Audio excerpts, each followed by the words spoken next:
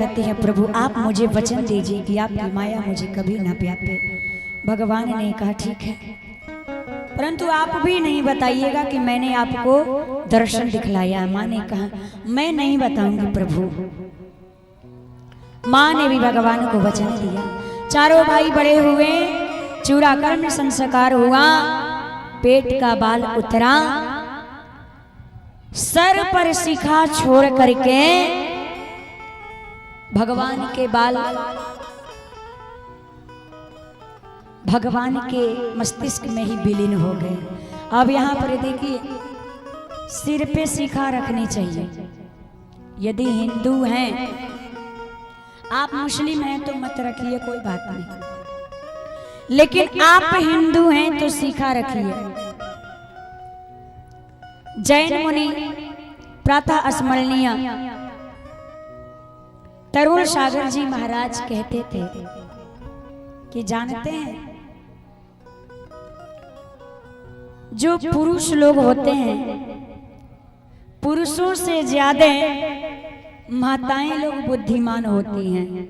क्यों? क्योंकि माताओं का लंबी लंबी चोटी है। हाँ? माताओं के पास लंबे लंबे चोटी होती है। हाँ? छोटी होती है ना।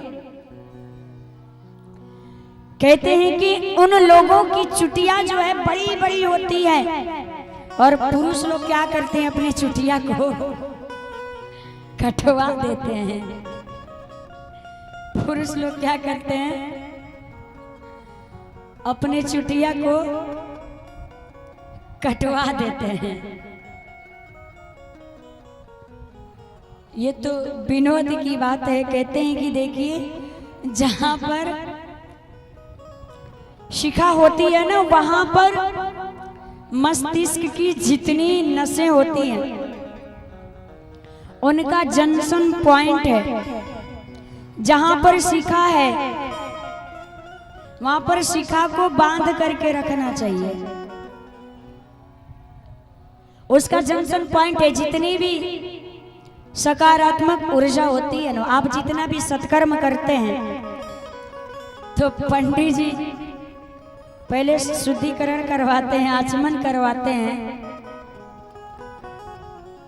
और उसके बाद पूजा पाठ करवाते हैं। तो कहते हैं शिखा बंधनम, पहले शिखा रहता था तो कहते थे कि शिखा बंधनम कुर्यात, लेकिन आज के जमाने में शिखा ही नहीं है।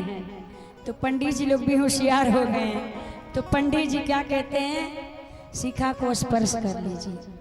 पहले कहते थे शिखा बंधनम कुर्यात, अब कहते हैं कि शिखा को स्पर्श कर लीजिए।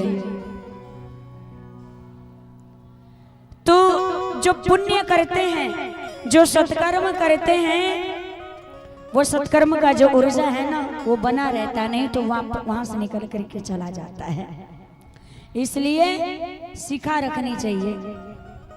यहाँ लोग शिखा नहीं रखते हैं। यहाँ कहते हैं चूड़ाकरण कीन गुरु जाई। गुरुदेव भगवान ने भगवान के चूड़ाकरण संस्कार करवाए। भगवान के बाल उनके सिर में ही लुप्त हो गया, उनके शिखा को छोड़ करके। इसके बाद में भगवान बाल उतरने के बाद खेलने जाते हैं। आज बार बार माता कौशल्या कहती, रोक लेती हैं प्रेम से कि लल्ला खेलने के लिए मत जाओ, मेरे लाला के चरण कोमल है, कंकड़ चुभ जाएगा। लाला को बार बार समझाती हैं, लेकिन मेरे भगवान बार बार जिद करते हैं कि माँ मैं जाऊंगा खेलने। मैया कहती है लाला, मेरे लाला को नजर लग जाएगी, इसलिए मैं लाला को नहीं जाने दूंगी। अब बार बार भगवान जिद करते हैं और माँ बार बार रोकती हैं प्रेम से। माँ कहती हैं कि लाला पांव जल जाएगा। भगवान कहते हैं कि मैं चटाकी पहन लूंगा। अब माँ का बात कट गया। माँ कहती है कि चटाकी तो पहन लोगे लेकिन घाम लग जाएगा, कुमिला जाएगा मेरा लाला। भगवान कहते हैं लक्ष्मण इधर आओ जल्दी, छतरी तान में छतरी तान लूंगा, मुझे घाम नहीं लगेगा। माँ का बात फिर कट गया। अब माँ कहती है कि चेहरा को मिला जाएगा, भगवान ने कहा छतरी तान लूंगा। अब राम जी ने कहा कि नहीं छतरी तान लूंगा। तब माँ कहती है कि गर्म गर्म हवाएं चल रही हैं, गर्म हवाओं से कैसे बचोगे। अब भगवान फंस गए अपने बातों में।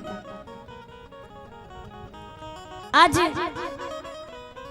मैया कहती हैं कि आज यही आंगन में खेलो, पल भर के लिए कहीं जाने नहीं देती हैं। सत्य मानिए कौशल्या मैया पल भर के लिए भी राम जी को अपने आंखों से ओझल नहीं करना चाहती, आंखों से दूर नहीं जाने देना चाहती। क्या क्यों?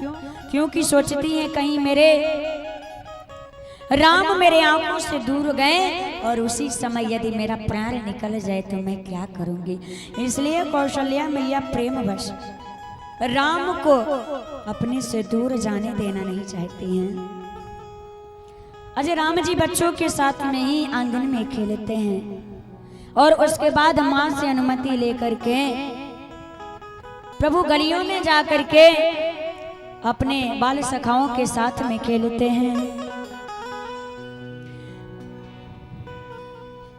सरजू के तीर आजू खेले रघुनंदन बबुआ, सरजू के तीर आजू खेले रघुनंदन बबुआ।